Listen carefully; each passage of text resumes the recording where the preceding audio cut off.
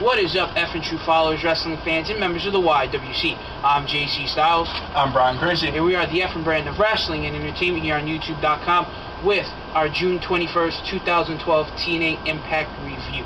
Yes, TNA Impact was a great show tonight. And before we begin, please check out the official website of the F and brand at FightNationWrestling.com. Me and JC Styles Twitters, and also the Twitter for the page that you're currently watching this video on at F and True Wrestling. Please also check out the various YouTube and other internet presences that make up the F and brand of wrestling and entertainment. The links for those will be provided in the description box below. So we start off Impact with Hulk Hogan. He calls out Austin Aries, and Austin Aries has a very important decision to make. If he wants to face Robert Roode at the upcoming Destination X pay-per-view, he has to relinquish the X Division Championship, and only if he relinquishes that title will he get that shot. But he decides to go for something just a little bit different in this segment. He says, hey, I have no problem with relinquishing the title, but I want to set a future trend. Every year, before Destination X, the current X Division champion will have the opportunity to trade in his title for an opportunity at the World's Heavyweight Champion at Destination X. I think that's a pretty cool thing that's been added. I think it's going to add just a little bit of an extra dynamic to the Destination X pay-per-view every year. Then we see Robert Roode come out, and Robert Roode basically just, goes on, and this spills out into a fight between him and Austin Aries, and then comes out Mr. Anderson and says, regardless of what happens at the title match at the Destination X pay-per-view, I'm putting both of you on notice. Yes, then we go into the first Bound for Glory Series matchup. But before we get into it, the Bound for Glory Series points are as follows. Submission will get you that 10 points. A pinfall will get you the 7 points. Countout is 5. You got DQ victory is 3 points. Draw is 2. And a disqualification loss is a negative 10 points. And just in case, if you missed last week's episode of Impact, the Bound for Glory participants are as follows. AJ Styles, Jeff Hardy, RVD, Magnus, Bully Ray, Kurt Angle, The Pope, D'Angelo De Niro, Robbie E., Daniels, Samoa Joe, James Storm, and Mr. Anderson. It is a completely stacked Bound for Glory series this year, and some incredible competitors are taking place. And like JC said, we roll right into the first match. Mr. Anderson calls out Daniels. He's taken an exception to what Daniels has been doing, messing around with AJ Styles and Dixie Carter's personal life and airing their dirty laundry on television. Anderson ends up picking up the win over Daniels and scores 7 points. In the Bound for Glory series, it finally puts him on the leaderboard. Last week, I believe the only person to get points in the Bound for Glory series was James Storm, if I wasn't mistaken. Yes. 20 points, correct? Yes, 20 points for the Battle Royal. And then we go into a backstage segment with the knockouts. We'll see several of these throughout the night. We start out with 4 knockouts, and by the end of the night, we find out who will end up facing Miss Tessmacher. Then we go into the next Bound for Glory series match. We see Robbie E. come out. He issues an open challenge, and it's answered by none other than the Olympic gold medalist Kurt Angle. I think that was the last person Robbie E. wanted to see come out. And this was just more entertainment, just more amusement for the fans than anything else. If you were looking for a solid wrestling match, you weren't getting it here. I mean, Kurt Angle's a solid wrestler, don't get me wrong, but this was just a complete squash. He came out and just shut Robbie E. up. Exactly. Then we move into the Kurt Angle picks up the win by submission for 10 points. Then we move into the next matchup, which is Magnus.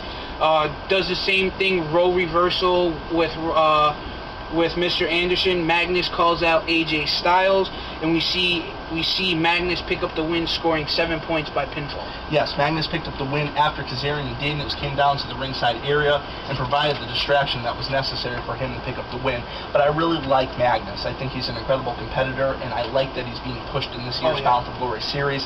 He has really broken out since, splitting off from Douglas Williams, and that, poses the question. Douglas Williams is still an active member of the TNA roster. When will Douglas Williams make his return to TNA Wrestling? I don't honestly have that answer at this time, but when we get a little bit more information on that, we will bring it to you.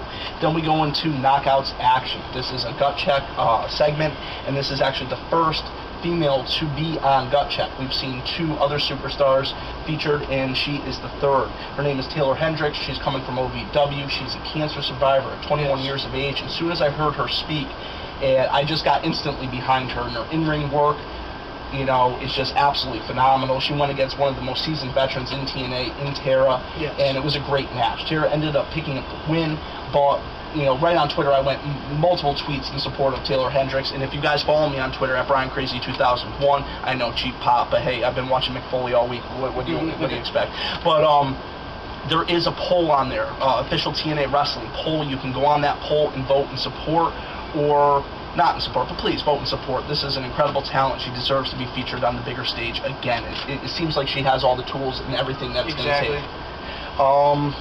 Sum it up, yeah, like I said, Tara won with the Widow's Peak, but she showed great sportsmanship after the match. During the match, she was very aggressive. Very, very, very aggressive. Yes. We go into the next Bound for Glory series matchup. We see Samoa Joe come out and basically says, hey, you know what? I'm shocked that no one's called me out, so I'm going to issue a challenge. He calls out James Storm. We see James Storm return at Slammiversary last Sunday, and then he came back last week and won the Battle Royal, which earned him the 20 points. He picks up the 7 points tonight over Samoa Joe by pinfall, which puts him in a commanding lead with 27 points. Oh, yes. He has the current lead in the Bound for Glory series, and he has a very, very good lead at that. He has 27 points, and it currently looks like if Robert Roode retains the title and he makes it all the way to Bound for Glory, obviously James Storm is the favorite to face him at that. Yes. Good match. Storm picks up the win over Joe, like JC said. Then we go into Bully Ray. He ends up calling out the Pope, and he actually tries to make a joke out of the Pope with bringing him out, but the Pope actually ends up turning the tables and picking up the win for 7 points. Then we go into Knockouts title action. The final knockout that's chosen by Brooke Hogan, and Brooke Hogan was a little bit better tonight. You could tell she was a little more comfortable in her role, but they just keep doing these weird camera angles. They focus on the other, 3, 4, whatever girls that are talking, and then just Brooke herself. I understand she commands authority, a position of power. She is the quote-unquote executive, vice president of Knockouts, but I don't know. I guess I'm maybe the only one picking up on this, but please continue. I'm sorry. Yes, we see, then we go into the TNA Knockouts title match. We see Miss Tessmacher finally defend her title against the final choice by Brooke Hogan and Mickie James. Phenomenal match. Mickie James looked like she was really determined to pick up that strap tonight, but with Miss Tessmacher's in-ring capability, she picks up with a sunset flip for the win. Miss Tessmacher started off very, very green. You remember when she started off with Extreme Expose over in the WWE. And to see how far she's come as an in-ring competitor, it's nice to be able to see someone mature like that. I mean, example, it's like if you watched a planted a flower and watched it grow over the months, or a tree and watched it grow over the years. That's what we're seeing in a competitor like a Miss Tessmacher. She's just learned so much, and she still has so much to learn. Then we go into the final match of the night, and then we end the night with an in-ring segment. At the final match of the night, we see Jeff Hardy, the charismatic Enigma, square off against the whole effing show, Rob Van Dam. We see Jeff Hardy end up picking up the win over Rob Van Dam. A very aggressive Jeff Hardy tonight, and he won with a very, very aggressive twist of fate. And I do have to say, the wrestling was pretty solid tonight. Did we get a couple segments that were, could they have been a little bit different? Were they almost throwaway segments? A little bit. Did I feel like this open fight night was spontaneous enough? Anybody's supposed to fight. You can call anybody out, but it just seems so structured. Like you had all these guys just standing in the back for 2 hours. Really? They're just going to be standing in the locker room side by side, not hitting each other, and they all got problems with one another? I mean, you got a pretty composed roster. I mean, God, give me some credit there. As at the conclusion of this match, Jeff Hardy did pick up the win for the 7 points by pinfall. And as of right now, going into next week's TNA Impact Live at 8 o'clock, we will see James Storm at the head of the series at 27 points, Kurt Angle with 10, Anderson with 7, Magnus with 7, the Pope with 7, and Jeff Hardy with 7. All the other competitors are still at 0 points. So how many competitors are on the leaderboard with points at this point out of the 12? 3, 4, 5, 6. So half the competitors currently have points, with James Storm being in the lead. Then we go into the final segment of the night. We see AJ Styles and Dixie Carter. They said they're going to come out and they're going to come clean about this whole situation. But just as they're about to start talking, we see some random girl make her way to the ring. And this is where the entire thing just falls apart, like I said it would have like 2-3 months ago. Not that it fell apart. I mean, I guess they could still do something really interesting with this, but imagine you were driving down this one highway, right? And out of nowhere, there's just this road that went, and that's kind of where we ended up with this storyline. I mean, it completely threw all the fans for a loop. Do I think this was the right direction to go? I mean, they kind of were reaching a stalemate. I mean, where were they going to really go with this from here? Okay, they admit that they were screwing around with each other. Where does that really end up? Well, actually, the way that they could do this is Daniel's backstage reaction to this female being there. Maybe they can play it off as it being Daniel's girlfriend or wife.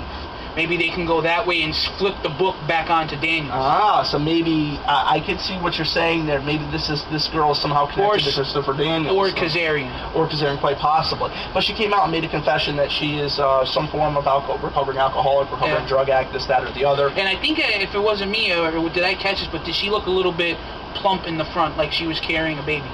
I did not notice that, but if you did, just, further adding to our description of the events of the night, well, basically she came out there and, wow, bro, I think you accidentally went like, there you go. Okay. Looking a little bit better. I gotta guess, I know, I gotta get a haircut. My in-house stylist misplaced her clippers, and I'm still waiting. If you want to know, it's Brian's wife. Yes, my wife does hair. Any of you in the Connecticut region, you can get a haircut by my wife.